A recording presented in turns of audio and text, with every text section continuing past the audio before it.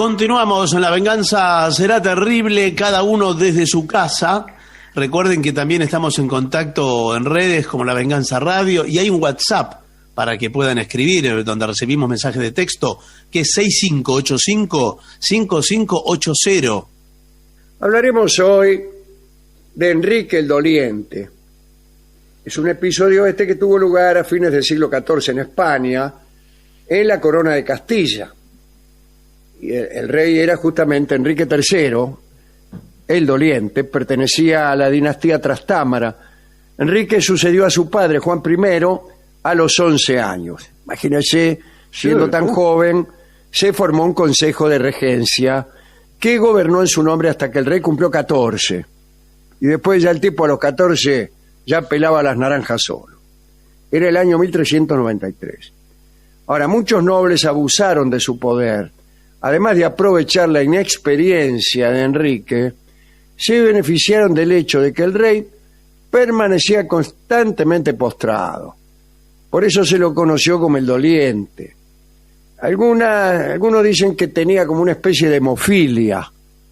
Tuvo también enfermedades como el tifus y la viruela. Cuentan las crónicas que hubo un hecho puntual de ese aprovechamiento y fue muy curioso. Parece que las arcas del Tesoro de Castilla no andaban muy bien. La conquista americana, bueno, todavía no se había descubierto América. La acumulación del oro era dificultosa. Eran tiempos feudales en los que el vasallaje solo le proporcionaba al rey diezmos de la cosecha. Calculo que era la 10ª parte, eso quiere decir diezmos, ¿no? Que ni siquiera eran muy grandes porque eran momentos de sequía. La mayoría de las tierras habían sido repartidas entre señores que avanzaban sobre la debilidad de la corona. Cuentan los cronistas que cuando el rey Enrique salía de caza, guardaba las codornices que atrapaba para que uno de sus criados la vendiera en el mercado. Mirá vos. No solo era doliente, era un rey millo. Sí. Un rey bastante yome. Tenía que vender, iba a cazar y iba a vender las codornices al mercado. A tal punto llegó la yomería del rey que en una oportunidad decidió empeñar su armadura. Empeñé hasta el bandoneón para tenerte bien gordita.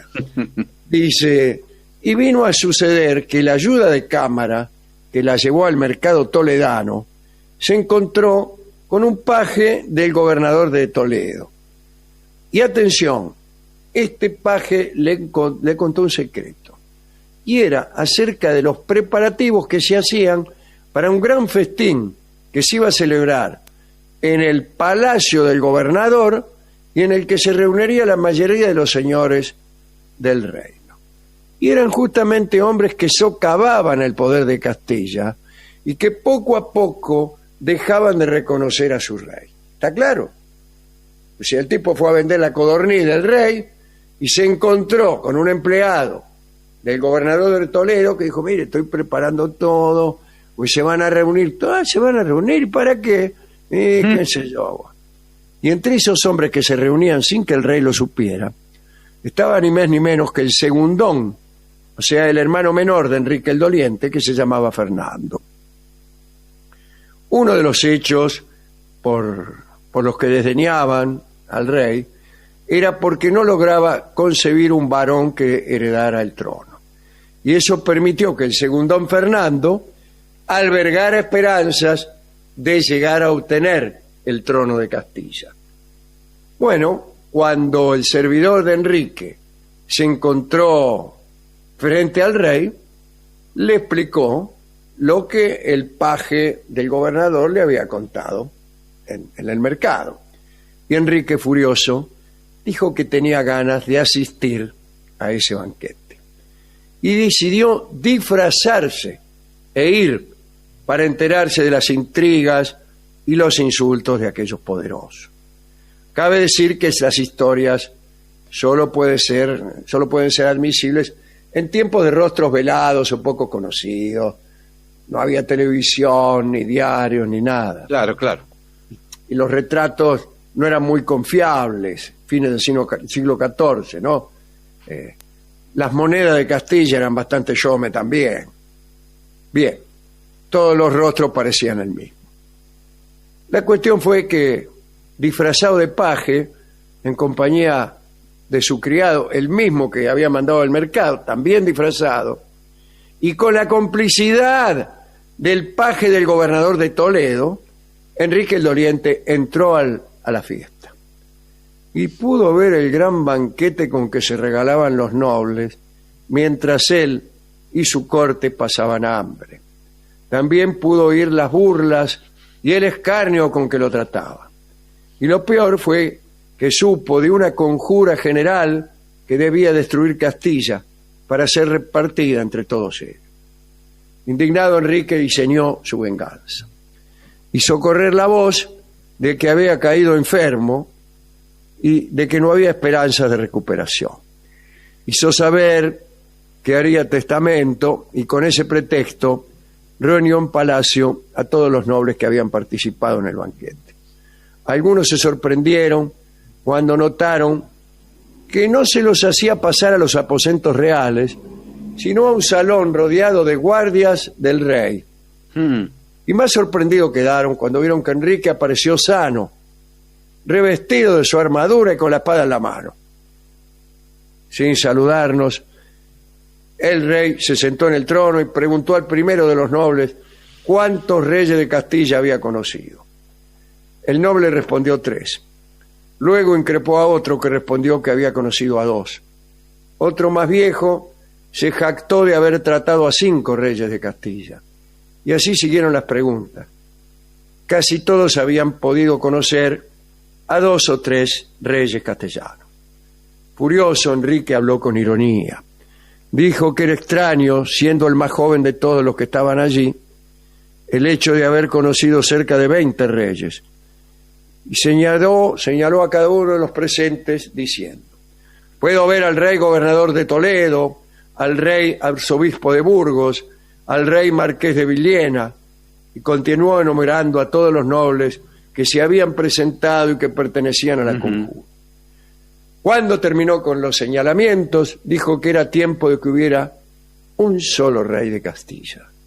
Y descorriendo una cortina, aparecieron los verdugos reales y rodearon el salón.